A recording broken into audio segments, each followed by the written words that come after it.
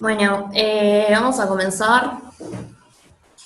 Bienvenidos y bienvenidas al ciclo de Mujeres del siglo XX para la historia. A modo de introducción, básicamente la idea de la Fundación en hacer este ciclo de charlas fue porque muchas veces la historiografía nacional, al momento de estudiar los distintos procesos históricos, no tiene en cuenta la figura de las mujeres en esos procesos. Entonces, fue así que elegimos esta temática, eligiendo a 4 mujeres que tuvieron un rol protagónico en el Uruguay del 900, ya sea porque transitaron por ámbitos sindicales, periodísticos, de gobierno, entre otros. Entonces elegimos a Julia Arévalo, a Paulina Luisi, a Alba Roballo y a Luche Fabri. Hoy nos convoca a hablar de Julia Arévalo, sindicalista y militante comunista. Ya las invitadas nos van a dar más información sobre ella. Y bueno, para ello invitamos a Graciela Saprissa y a María Bategasore. Graciela Saprissa es historiadora, docente de historia, uruguaya. Básicamente su línea de investigación consiste en la participación de las mujeres en Uruguay, en la región rioplatense, en el siglo XIX y siglo XX, y también enfocándose más que nada en la memoria de la dictadura desde una perspectiva de género. Después tenemos a María Bategasore, docente de historia, investigadora uruguaya, vicepresidenta de la Fundación Rondi Arismendi, y también perteneciente al Partido Comunista, autora de varios libros y publicaciones de historia y arte, y un detalle no menor, fue víctima del operativo Morgan durante la dictadura cívico-militar en nuestro país. Así que, bueno, ahora tienen 30 minutos para hablar cada una y después la idea es hacer una ronda de preguntas. Así que, bueno, Graciela, si querés comenzar. Bueno, siempre es más difícil empezar así, no sé bien el encare, digamos, de tratar de hacer lo más cercano, digamos así, la reconstrucción. Por un lado, cuando elegís el tema de las mujeres en la historia, está, en parte ya lo planteabas tú, Agustina, digamos, es un poco una reivindicación, digamos así, es luchar contra la invisibilidad que aqueja, como si fuera un mal, a las mujeres en la historia, ¿no? Es decir, que siempre ha sido una propuesta de la historia feminista, o la historia realizada por las feministas, de echar luz, digamos así, revelar con grandes dificultades la presencia de las mujeres en la historia. En este caso, que es lo que vamos a tomar, el de Julia Arévalo, así como puedes tomar también las otras figuras, Alba Roballo, Paulina Luisi, la propia Luche Fabri, tienen un destaque, digamos así, es un poner en evidencia algo que ya de repente estaría en evidencia, ¿no? Es decir, todas ellas tuvieron un perfil de participación en la vida pública que las hace más fácil de registrar, ¿no? Digamos, el hecho de participar en la política ya permite un registro, es decir, que para los, por lo menos para los, no los contemporáneos, sino los que seguimos después, ¿no? Podemos encontrar, como decimos a veces, sus huellas en la historia. Entonces, lo de Julia Arévalo, bueno, diríamos, hay un famoso texto que es el primero que yo encontré cuando me interesó hace muchísimos años reconstruir la vida de Julia Arévalo junto con la de otras mujeres de principios de siglo que habían sido, digamos, marcadoras de un rumbo. Es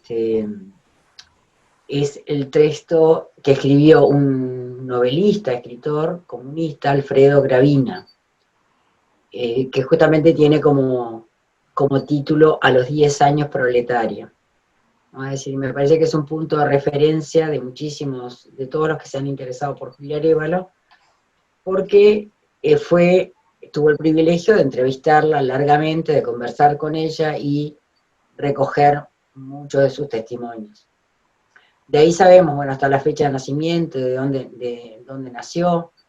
en el departamento de La Valleja, nació en el año 1898, que pronto el padre que tenía un pequeño campo, en algunos sacudones de alguna crisis, perdió todo, o perdió gran parte, tuvieron que mudarse, y vinieron a Montevideo, y eran muchos hermanos, corríjanme, en todo caso, eran 8 hermanos, Julia creo que era la segunda, tenía una hermana mayor que se llamaba Hortensia, y con ella, digamos, siguiendo un poco los pasos de Hortensia, cuando están en Montevideo, se ubican cerca de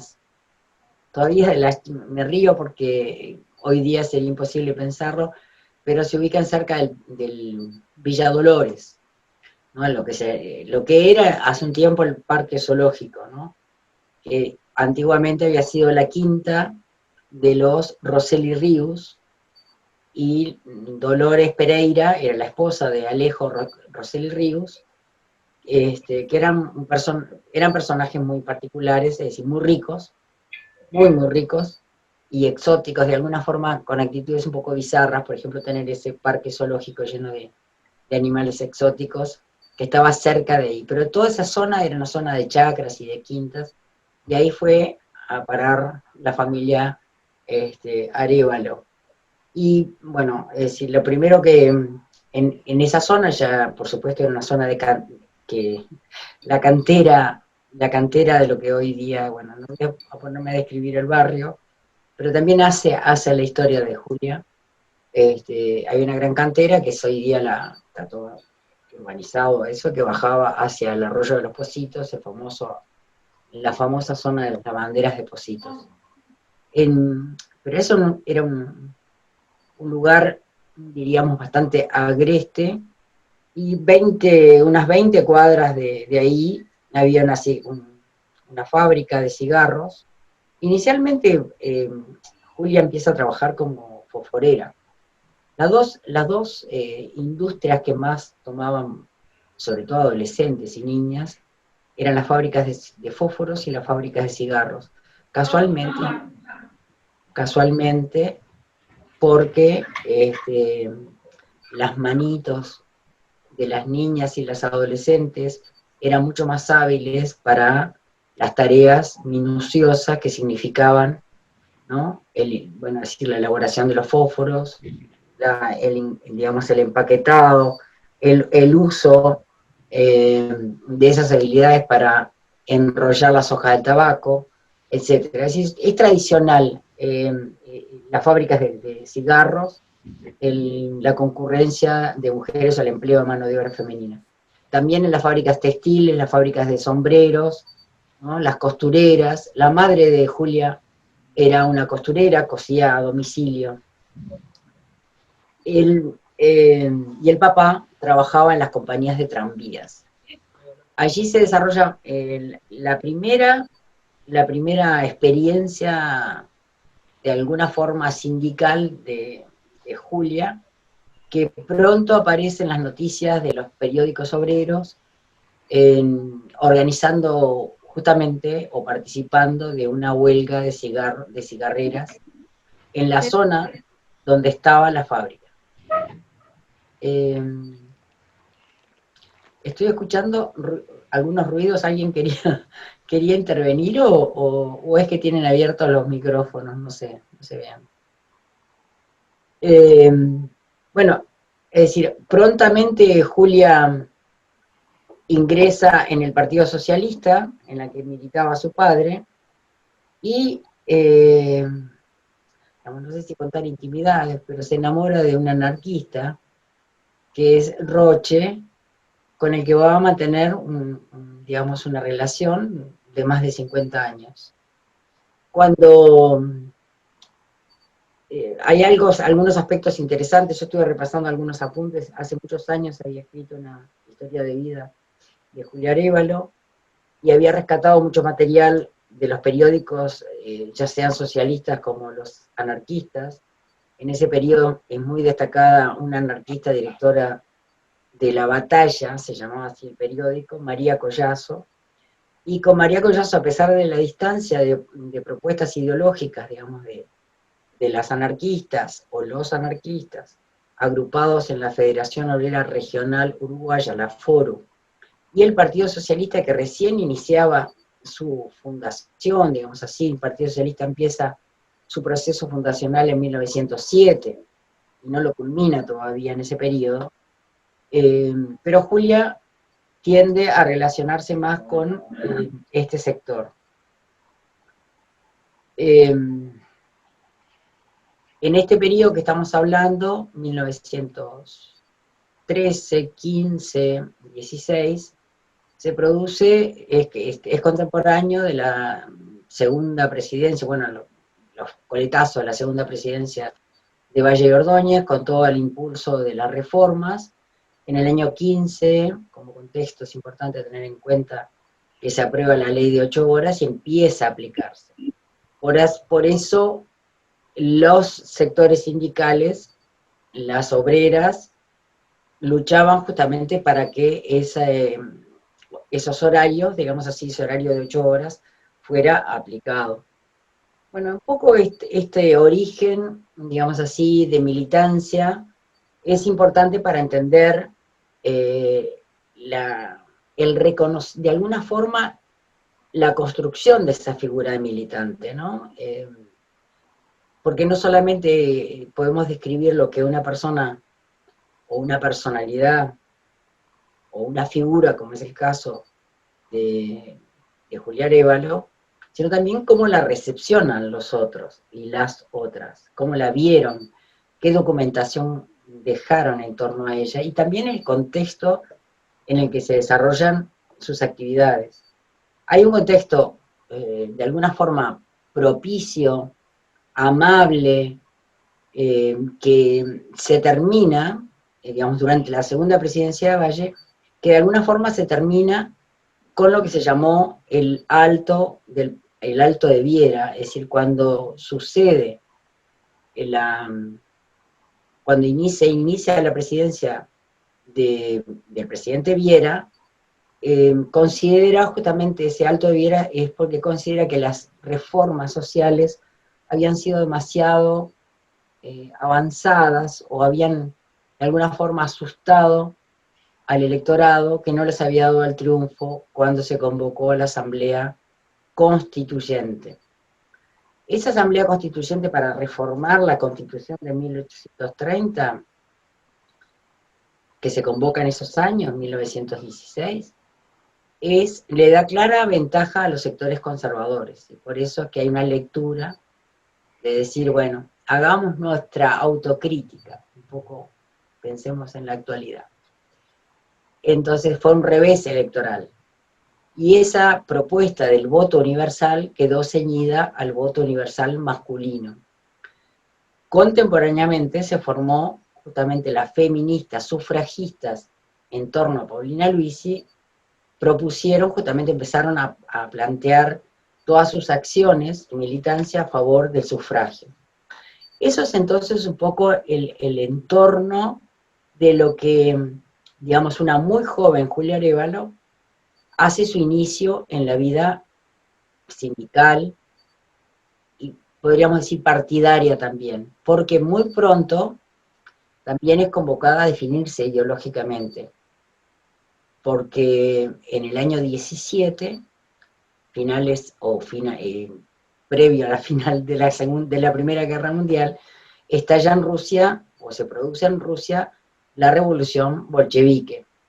Y eso es interesante ver cómo responden o cómo se refleja eso en los periódicos del Uruguay, de Montevideo, en la que justamente en ese periódico que yo mencioné, anarquista, María Collazo redacta una encuesta con una serie de preguntas, 7, 8 preguntas. Y fantásticamente encuentro una respuesta de esa encuesta, ¿de quién? De Julia Arévalo, ¿no? Entonces es un documento histórico ese, porque decir, ella ya está planteando a un periódico anarquista lo que ella como socialista aconseja a los anarquistas que deberían hacer, porque justamente la gran pregunta que se planteaban los anarquistas, digamos, coaligados o en torno a ese periódico La Batalla, manifiestan su solidaridad con la revolución, la primera etapa de la revolución bolchevique. Y eso es muy interesante, entonces esa participación en conjunto, ¿no? de una propuesta revolucionaria, es decir, el apoyo, la solidaridad con esa propuesta, es decir, la ilusión que despierta esa propuesta, como la primera vez que se puede plasmar una revolución social que tanto se ha anhelado. Prontamente, ese clima que habíamos hablado, anterior al Alto de Viera, se manifiesta justamente en la ruptura de ese clima por la represión que se hace a una huelga general en el año 1918, en la que, Julia Arévalo participó de una manifestación de apoyo a esa huelga en la Plaza Independencia, en la que hablaban también los socialistas y algunos anarquistas, y ella era la oradora que le seguía a Frugoni, a Emilio Frugoni. Pero en ese momento la manifestación es violentamente reprimida y hay 3 muertos. Entonces, eso también marca un hito en esta participación, en esta forja, si ustedes quieren, de esa personalidad. Por otro lado, pocos años después, hay un pronunciamiento importante de todas estas fuerzas de izquierda, en la que se pide, capaz que María habla más de esto, pero es se conforma la Tercera Internacional y se plantea justamente la creación de los partidos comunistas, ¿no? A través de las 21 condiciones de la Tercera Internacional. Y ahí el Partido Socialista se divide, ¿no? Entonces encontramos por un lado a Frugoni y a Paulina Albisi, por ejemplo, opuestos a formar un partido comunista, y Julia Arévalo, que se afilia, digamos es una de las fundadoras de ese partido comunista, y prontamente tendrán un órgano periodístico que se llama Justicia. Bueno, allí se interrumpe un poco la actividad política de Julia, porque su esposo es nombrado inspector de Sarna en una localidad, es decir, Minas, primero en La Valleja, después será trasladado a otro departamento y finalmente terminan viviendo en Paysandú. Y él tenía que trabajar por esa zona, por Salto y demás. A medida que transcurre esos años, hay indicios de alguna carta que Julia Arévalo encontré en el archivo de Paulina Albisi, una carta de Julia Arévalo que es muy conmovedora, hablándole a Paulina justamente de alguna forma su frustración por no poder participar activamente de la política y estar un poco, digamos, enredada en la vida cotidiana, en la reproducción social, como diríamos hoy, con los hijos que van naciendo, ¿no? Tiene 5 hijos, nacieron en esa etapa, es decir, en Minas nacieron 2, ya tenían una, son 3, una familia cuando se muda a Paysandú después tienen 2 hijos más. Ahí en Paysandú, no quiere decir que no participara, al revés, es decir, trataba de participar, pero con la doble jornada, o la triple jornada, si ustedes quieren, ¿no? Es decir, haciéndose cargo de su familia y además trabajando en la vida partidaria, que además, extrañamente, diríamos, es reconocida de forma pronta. Es decir, que las condiciones de oradora y de activista y la capacidad de trabajo de Julia, posiblemente la puso en primera fila. Y el joven Partido Comunista, la reconoce haciéndola, nombrándola con un cargo como de responsable del interior. Y allí ella trabaja, estando en Paysandú, trabaja en conjunto en un caso concreto, con los cooperativistas agrupados, mayormente en torno a San Javier, casualmente una colonia fundada por rusos y con apellidos rusos. En ese momento, durante estos años, estamos hablando, ya se había producido el golpe de Estado de Terra, y allí se produce también una represión de una reunión en la que hay muchos heridos y una mujer, madre de 5 hijos como Julia, con el nombre de Julia, también Julia Escorina, que es asesinada.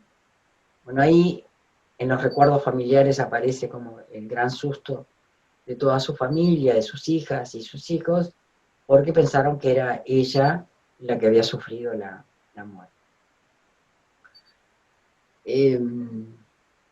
Finalmente, es decir, después de este episodio, durante la dictadura de Terra, ellos se trasladan a Montevideo y allí la oposición al golpe, digamos, a la dictadura de Terra, no logra, digamos, en las primeras etapas no logra armarse con fuerza, por discrepancias justamente partidarias, y sin embargo, cuando estalla cuando la República Española es desafiada por Franco y estalla la guerra civil, en ese momento fue como como una idea que galvanizó la opinión pública, no solo de la izquierda, sino de todos los sectores liberales y republicanos, y hubo una gran movilización que de alguna forma fue una manera de manifestarse en contra de la dictadura.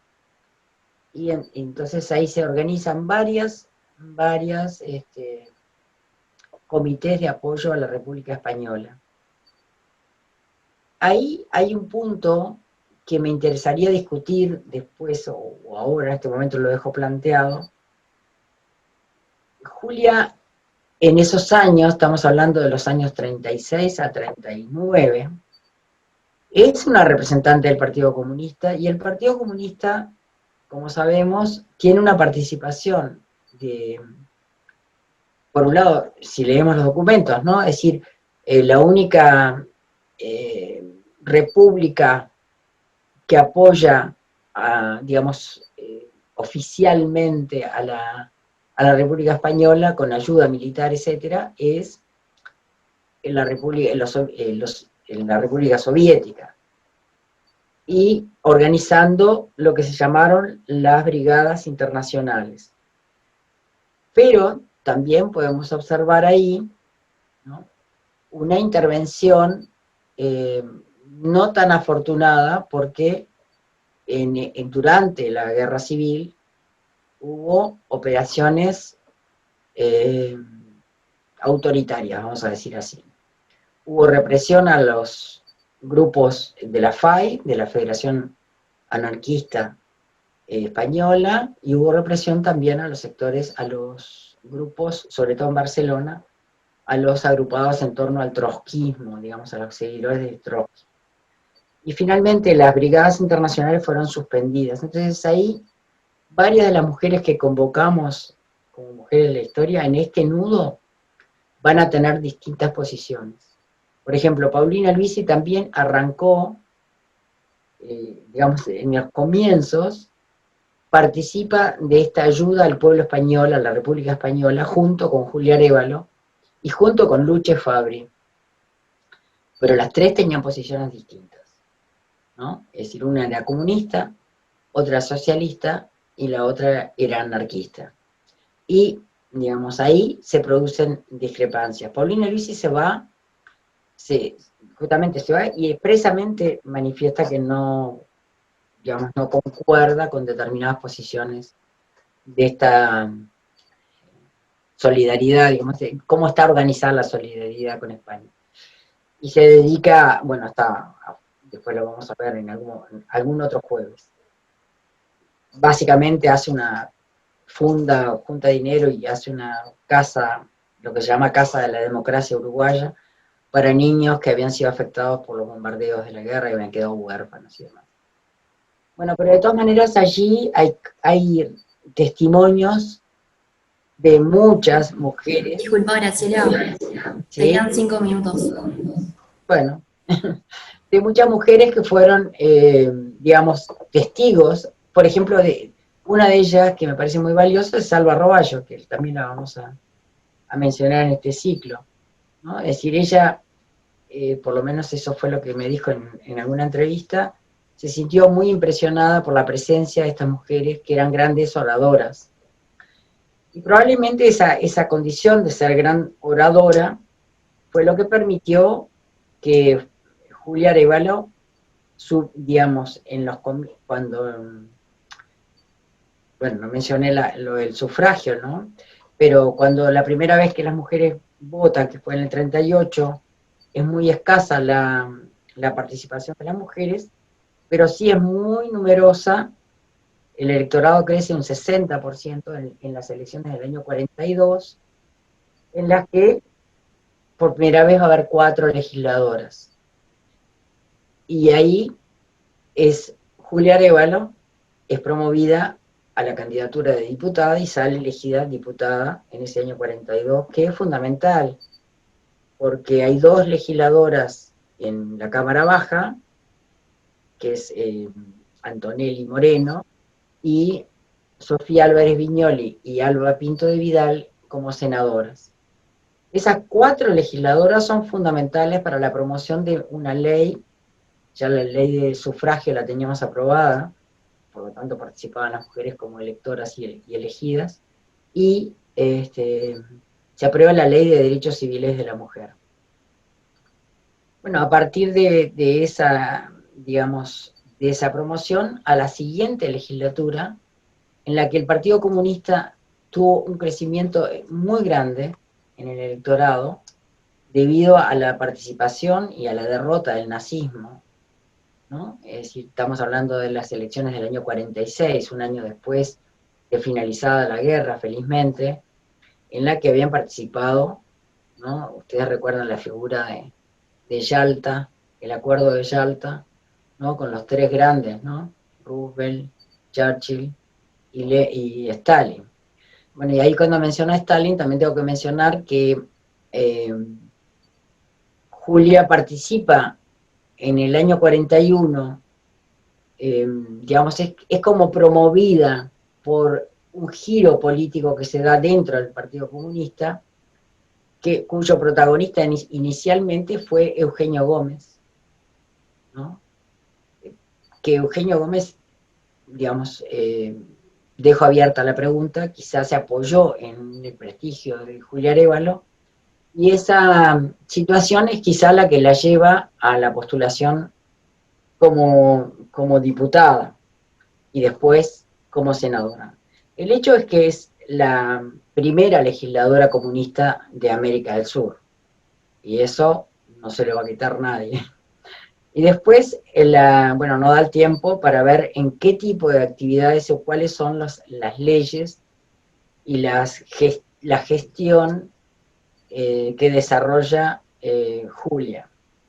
Creo que hay un punto para discutir y quizá lo dejamos abierto para la apertura de las preguntas, que es cómo se cruza, digamos, cómo consideramos a Julia, si bien ella participa, es decir, cómo consideramos si fue una luchadora por los derechos de clase o los derechos de género. Se cruza ahí la doble contradicción, si ustedes quieren. Es decir, era tradicional en los partidos marxistas decir que la contradicción principal es la contradicción de clase y las contradicciones de raza, de etnia, de género, todas ellas iban a ser solucionadas cuando triunfara la revolución, ¿no? Esperanzas, ilusiones que no quedaron muy realizadas con las experiencias contemporáneas. Entonces, una gran pregunta es saber en qué medida Julia Arévalo estaba comprometida. Es decir, el hecho de pensar que son mujeres de la historia no necesariamente dice que estamos hablando de mujeres feministas. La que claramente es feminista es Paulina Luisi, que se embanderó en el sufragismo y lo conquistó el sufragio, junto con sus allegadas, digamos así. Pero me parece como que es importante ver esto, aunque de alguna forma podemos tener una punta de ello en que en el año 45, al finalizar la Segunda Guerra Mundial, se realiza en París una conferencia de mujeres en la que se funda la Federación de Mujeres, Internacional de Mujeres, la FEDIM, que no sé si no tiene vigencia hasta hace pocos años, ¿no? Es decir, que y justamente Julia Arévalo fue a participar. Hay un episodio bastante gracioso, si ustedes quieren, que no calcularon bien la ida en barco, la carga de carbón de ese barco, etcétera. La cuestión es que cuando llegan a París, los delegados a esa conferencia, la conferencia ya había finalizado. Pero imagínense ustedes que en esas épocas terminaba la guerra, la Segunda Guerra Mundial, las condiciones de viajes eran bastante precarias, e incluso los ingresos a los puertos, que estaban minados, ¿no? Era sumamente riesgoso y por lo tanto muchas veces la prudencia indicaba, bueno, enlentecer los arribos. Así que, bueno, por otro lado, ese detalle no opaca el hecho de la pregunta, digamos así, no trato de dispersar el tema que es cuánto de comprometida con la situación de las mujeres estaría Julia Arévalo. Sé que hay frases, y las puedo citar como final, que ella, retomando una idea de las viejas socialistas del siglo XIX, decía que la mujer obrera era la esclava de un esclavo. Entonces, que me parece que ahí marca una sensibilidad especial con respecto a la situación de las mujeres obreras. Ojo, porque hay escritos en el diario Justicia en las que hacen hincapié de que defienden las condiciones de las mujeres trabajadoras, no así de aquellas, mujeres de clase alta o clase media, que las describen de forma muy, como si fueran frívolas o lo que sea, es decir, que no les interesaba la defensa de esos derechos, ¿sí? Bueno, dejamos por acá entonces, ya que ya transcurrieron los minutos nuestros.